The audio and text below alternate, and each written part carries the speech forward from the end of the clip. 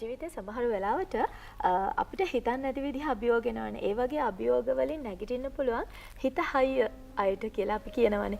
ඉතින් අන්න ඒ වගේ හිත හයිය ජීවිතේ ජයගත්ත කෙනෙක් එක්ක තමයි මේ වෙලාවේ මං ඉන්නේ. ඔබට පේනවා නම් මගේ පිටුපසින් තිබෙන මේ නිර්මාණ, මැටි ආශ්‍රිත නිර්මාණ සියල්ලම ඇගේ දෑතින් නිම වෙච්ච දේවල්. ඉතින් මං ඇයව හඳුන්වා දෙන්නම් මුලින්ම ඇත් එක්ක කතා කරන්නට අවශ්‍ය නිසා මැටි ආශ්‍රිත ආත්කම් නිර්මාණ ශිල්පිනී KD නයෝමි අනුරුද්ධිකා අබේවික්‍රම. ආයුබෝවන් නයෝමි. මම කැමතිම නම ඒක මම ඒ නිසා නයෝමි කියලා කියනවා. ඉතින් නයෝමි අද අපිත් එක්ක එකතු වෙන්නේ නුගසෙවන රූපවාහිනී නුගසෙවන යෙහෙලි එකමුතුවත් එක්ක. ඉතින් ඔබට පේනවා මෙන්න මේ සතියේ පත්තරය යෙහෙලි පත්තරය. බලන්නකෝ පිටුව පෙරලපු ගමන්ම ඉන්නේ අපේ නයෝමි. නයෝමිගේ නිර්මාණ තමයි මේ තියෙන්නේ. ඉතින් ඔබට පුළුවන් යෙහෙලි පත්තරය අරගෙන නයෝමිගේ මේ අතිරේකයත් එක්ක තවත් බොහෝ වටිනා තොරතුරු කාරණා ඇතුළත් වෙච්ච යෙහෙලි පත්‍රය කියවන්න දැනුම ලබා ගන්න ඒ වගේම රසවින්දනයට බොහෝ දේ තිබෙනවා. ඔබට නිර්මාණ ලියන්නත් යෙහෙලි පුවත්පතට ඔබට අවකාශය තිබෙනවා. ඉතින් මේ හැම දෙයත් එක්කම අපි දැන් සූදානම් නයෝමිගේ දෑතින් නිම වෙන කොයිල් වර්ක් සම්බන්ධ නේද? කොයිල් වර්ක් ආශ්‍රිත නිර්මාණයක් බලන්න. මොකද්ද අපි කරන්න යන වැඩේ? අපි හදන්න යන්නේ මෙන්න මේ වගේ පුංචි මල් වාස් එකක්. මේක හරිම ලේසි හදන්න. සකපෝරුව නැතුව අතේ හදන්න පුළුවන් එකක් මේක. සකපෝරුව නැතුව අතේ හදන්න පුළුවන් මෙන්න මේ නිර්මාණය තමයි අපි ඔන්න ඔබට කියලා දෙන්නේ. එහෙනම් වැඩේ පටන් ගමු. සියුම් වැඩවලට ටිකක් වෙලාව යනවනේ නේද? ඔව් අනිවාර්යයෙන්ම. මොනවාද අවශ්‍ය කරන්නේ නයෝමි? මේකට අපි පදම් කරපු මැටි ගන්නවා. ඊට අමතරව මැටි වලින් වතුර දිය කරලා හදාගත්ත මැටි ගම් එක ගන්නවා.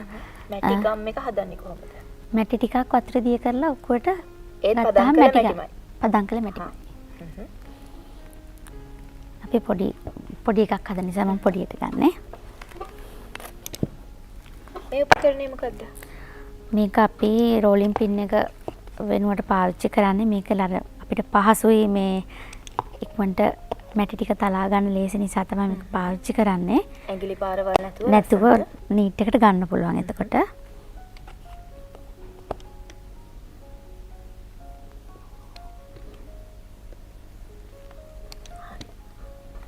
මේ අත චුට්ටක් එහාට ගත්තොත් ප්‍රේක්ෂකයන්ට වඩා හොඳින් පෙනේ. මේ විදිහට හදාගත්තට පස්සේ මම ලේසියට මේ වගේ උපකරණයක් පාවිච්චි කරන රවුමක් කපා ගන්න. කට එකක්. ඔව්. ඒක මේ වගේ තියෙන ආයුධයක් අපිට ලේසියෙන් හදා ගන්න පුළුවන් ගෙදරදී.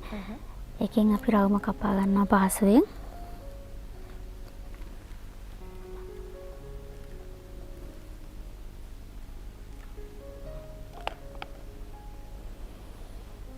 මේක තමයි අපි මල් පොච්චේ අඩිය විදිහට පාවිච්චි කරන්නේ.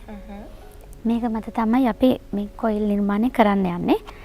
ඊට පස්සේ අපි මේක පැත්තකින් තියලා කොයිල් හදා ගන්නවා. මොනගේ කොයිල් කියන්නේ මොනවද? මැටි වලින් හදන දඟර.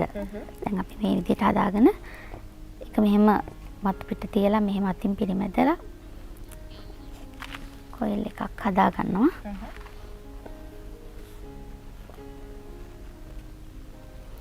මේක අපිට ගොඩක් දිගට හරි මේ ඉඩ තියෙන ප්‍රමාණය අනුව අපිට මේ කොයිල් එක හදා ගන්න පුළුවන්.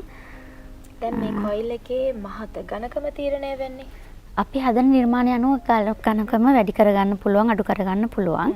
මම මේක පුංචි නිර්මාණයක් කරන නිසා මේක ගොඩක් ඝනකමට ගන්න නැහැ. මේ වගේ හීනියට හදා ගන්නවා. ඔව් මේ තියෙන්නේ හදාගෙන ආපු කොයිල් ටිකක්. ඊට පස්සේ අපි මේක පොඩ්ඩක් තුවාල කරගන්නවා මේ වගේ මේ වගේ උපකරණයකින් හරි නැත්නම් මේ වගේ ආයුධයක් අපිට හදා ගන්න පුළුවන් ඒ සඳහා මේ වගේ ඒක තුවාල කරලා ඊට පස්සේ අපි මේ වගේ මැටි ගම් ටිකක් අරන් මේ තියෙන්නේ මැටි දිය කරලා ජලයත් එක්ක හදාගත්තු මැටි ගම් එක අපි ඒකෙන් ටිකක් ගාලා ඊට පස්සේ අපි මේක සම්බන්ධ කරනවා මෙන්න මේ විදිහට මැටි ආශ්‍රිත නිර්මාණ කරලා පුරුදු නැති වුණාට චූටි කාලේ ඉතින් මැටි වලින් අපි එක සෙල්ලම් බඩු හදලා තියෙන නිසා පොඩි උදව්වක් දෙන්න පුළුවන්. මේ විදිහට හදා ගන්නවා අපිට මේ වගේ තලන උපකරණයක් ලේසියෙන් හදා ගන්න පුළුවන්. ඒකෙන් අපි චුට්ටක් මේක තලා ගන්නවා මේක ශක්තිමත් වෙන්න. හරි. අපිට යතින් අපිට ඇඟිල්ලෙන් මේ විදිහට සම්බන්ධ කරගන්නත් පුළුවන්. ඔය විදිහට තමයි මේ පෝච්චියේ පතුල නිර්මාණය කරගන්නේ මෙහෙම තමයි. ඊට පස්සේ අපි ආයිත් මේ වගේ ඊළඟට ඒ කොයිල් එක උඩ ඩැමේජ් කරලා මේ විදිහට ආයිත් ගම් ටිකක් ගාලා මේ ටූල් එක ගෙදර හදාගන්නත් පුළුවන් නේද අවශ්‍ය නම්? ඔව් ඕක කම්බි ටිකක් එකතු කරලා ගැට ගහලා ලේසියෙන් හදාගන්න පුළුවන් එකක්. මේ විදිහට නැවතත් කොයිල් එකක් තියලා පියවරෙන් පියවරට මේක උඩට හදා ගන්නවා. මේකෙන් අපිට අවශ්‍ය හැඩේ නිර්මාණය කරගන්න පුළුවන්. මේක අපිට කුඩා හැඩයක් ඕන නම් කොයිල් එක අපි පොඩියට ළඟ කර කර පොඩි කරගන්නවා. විශාල කරගන්න ඕන නම් අපි කොයිල් එක ටිකක් ඈතින් තියදී අපිට විහිදව ගන්න පුළුවන් මේක. අපි ඊළඟ පියවරටත් යමු. අද නායෝමි මේ පාවිච්චි කරන සියලුම උපකරණ ඔබට ගෙදරදී ආදේශක විදියට පාවිච්චි කරන්න පුළුවන්. කුඩා ලී පතුරක් ගන්න පුළුවන්. මේකෙන් තමයි මේ කොයිල් ටික තලන්නේ.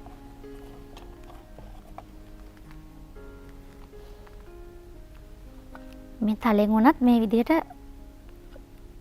අපිට මැටි ටික මේ හදා ගන්න පුළුවන්.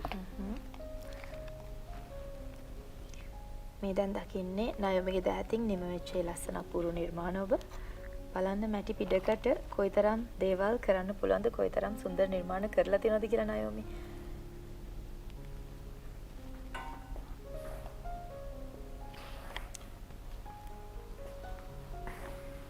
සකපෝරුවක් නැතුව මේ විදිහට තමයි කොයිල් වර්ක් එකකින් අපි නිර්මාණ කරන්නේ.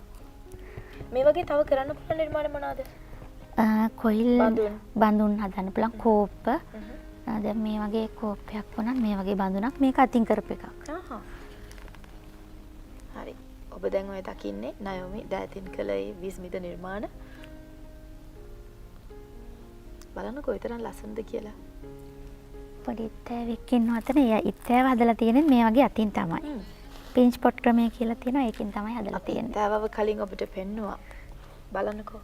මේකත් සකපෝරුව භාවිතා නොකර කරපු ලස්සන නිර්මාණයක්. වර්ණාලේප කිරීම මේවා අපි සුදුසු විදිහට කැමති විදිහට පස්සේ කරන්න පුළුවන්. හරි. හරි. මේ නිර්මාණය ගැන කතා කරොත් අපි තිරේ දකින නිර්මාණය. ඒක ඇත්තටම වෙස්මුණක්. ඒක නිර්මාණාත්මක වෙස්මුණක්. මේකත් කරේ ඔබ අතින්ද? මේක ඇත්තටම මම නිර්මාණය කළ දෙන්නේ භරත ලියනගේ කියන ආචාර්යතුමා. එතුමාගේ නිර්මාණයක්. පුංචි බාධා කිරීමක් කරනවා අපි ඉක්මනට ගිහිල්ලා වෙලාව බලමු.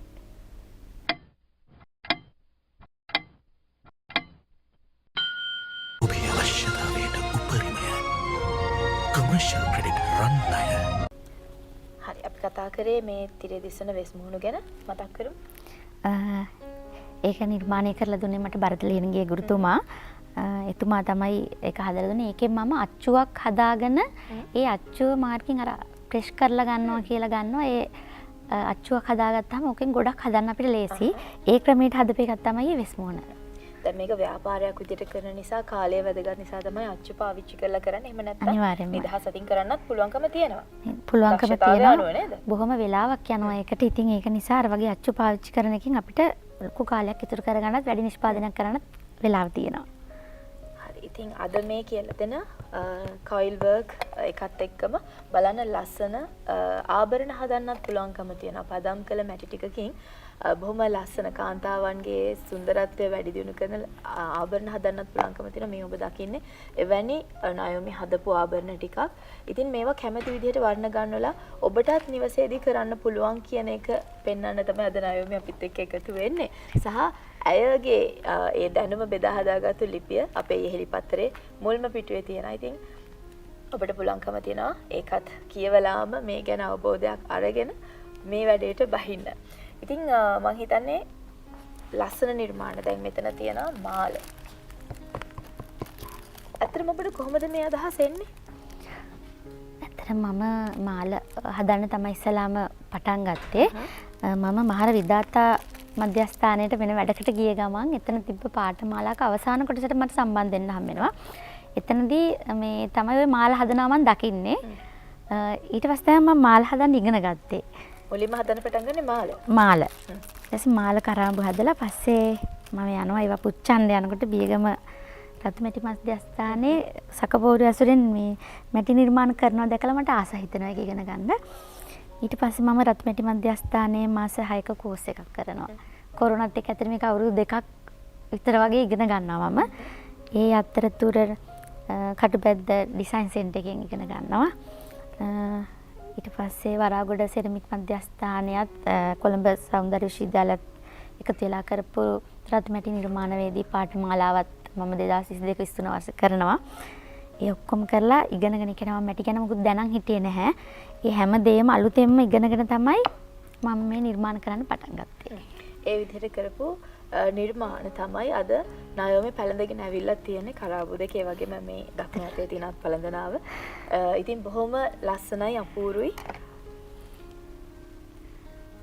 මේ වගේ නිර්මාණ ටිකක් සියුම්ව කරන්න ඕන නිසා කාලය ගත වෙනවා. කොහොම වුණත් අපි පුළුවන් ඉක්මනට ඔබට මේ නිර්මාණය කරන විදිහ ඒ වගේම තව දෙයක් කියන්න ඕනේ මම මැටි නිර්මාණ කරනකොට මේ කොයිල් වර්ක් උනත් පොඩි දෙයක් එක දිගට කරාට ලොකු දෙයක් හැදුවොත් අපිට එක දිගට කරන්න බෑ. මොකද මැටි පොඩ්ඩක් වේලෙන්න දෙන්න ඕනේ. නැත්තම් මේක තෙත නිසා පොඩ්ඩක් සම්බන්ධ වෙනවා අඩුයි නිකන් අර බර වැඩි වෙනවා වගේ වෙනවා මැටි එකට.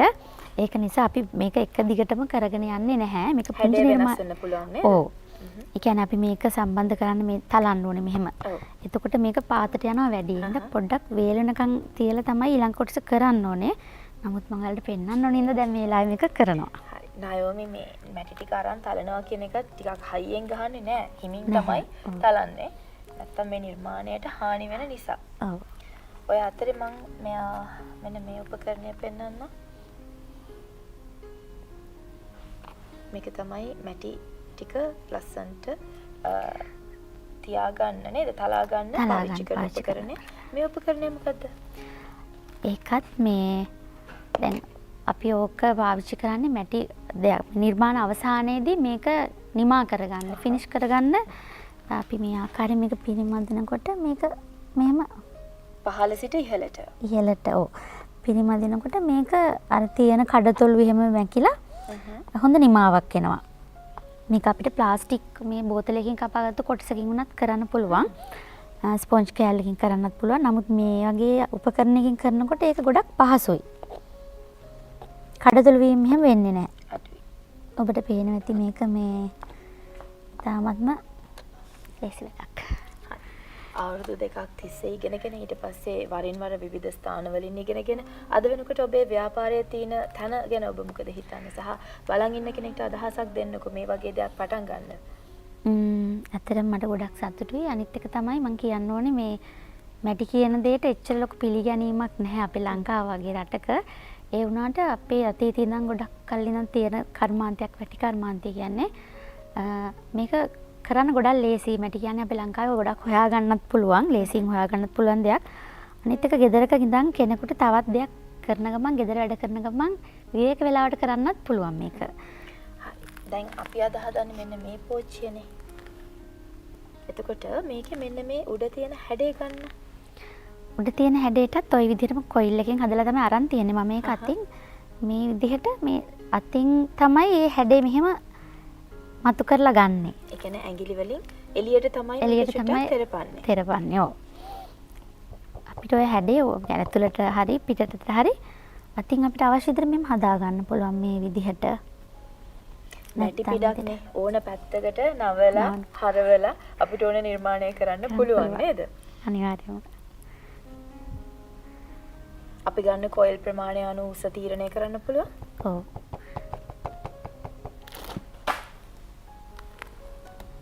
දැන් මේක තෙත ගතිය නිසා ගොඩක් එක දිගට හදද්දි පොඩි පොඩි තැලීම් එන්න පුළුවන්.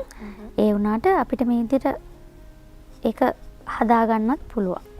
එතකොට මෙන්න මේ නිර්මාණය ගැන කතා කරොත් මැටි වලින් ලස්සනට මල් කරලා කොහොමද මේ මෙහෙම ලස්සන කරන්නේ? මැටි වලින් අපිට මැටි වලින් ඕන හැඩයක් ගන්න පුළුවන්. එතකොට එහෙම හදපු මල් ටිකක් තමයි ඔය තියෙන්නේ.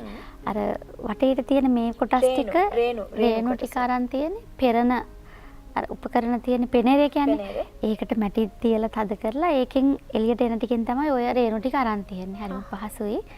මේ මැටි බඳුන හදලා තියෙන සකපෝරු ආශ්‍රයෙන් ඒක හදලා තෙත පිටින් මේ වගේ තත්යකට තමයි ඔය මල් ටික අලවලා තියෙන්නේ. හරි. ඉතින් දැන් මේ මැටි වලින් දේවල් කරනකොට එහෙම වේගෙන් කියලා දෙන්න අමාරුයි. වේගෙන් කරන්න අමාරුයි. මේ තියෙන්නේ නයෝමිගේ නිර්මාණයක්. ඉතින් මේ වගේ අපූර්ව නිර්මාණ ගොඩක් ඔබට කරන්න උත්සාහ කරන්න පුළුවන්කම තියෙනවා. ඉතින් අද දවසේදී අපි බොහෝ දේ ඔබට කියලා දෙන්න උත්සාහ කරා සහ අපි හිතනවා අපි සාර්ථකයි කියලා. මේ අවස්ථාවේ මොකද මැටි වලින් මේ පෝච්චිය විනාඩි 2කින් 3කින් කියලා දෙන්න අමාරුයි නේද? අපි මූලික පියවර ඔබට කියලා දුන්නා. ඉතින් ඔබ උත්සාහ කරලා බලන්න. වෙළඳපොලේ තියෙනවා පදම් කළ මැටි අරගෙන ටිකක් උත්සාහ කරලා බලන්න. එහෙමනම් ඉතින් අද අපිත් එක්ක එකතු වුණාට ගොඩක් ස්තුතිවන්ත වෙනවා. තවත් දවසක එන්න මේ වගේ ලස්සන දේවල් අපේ ආදරණීය ප්‍රේක්ෂකයන්ට කියලා දෙන්න කියලා කියන. ඒ වගේම තමයි ඔබට මතක් කරනවා නායමිට කතා කරන්න පුළුවන් දුරකථන අංකය ගැටලු තියෙනවා නම් ඔබට කතා කරන්න පුළුවන් 071 926යි 1323 කියන දුරකථන අංකයට 071 926යි 1323. ඉතින් නයෝමි අනුරුද්ධිකා ගොඩක් ස්තුතියි අපිත් එක්ක එකතු වුණාට තවත් දවසක එන්න. ප්‍රාර්ථනා කරනවා අපිට සුබ අලුත් අවුරුද්දක් වෙන්න කියලා ලබන්නා වූ සිංහල අවුරුද්ද ආයුබෝවන්. එසේම වේවා. එහෙනම් අපි ඉක්මනට විරාමයක් අරන් එනවා රඳිලා ඉන්න නුගසවනත් එක්ක.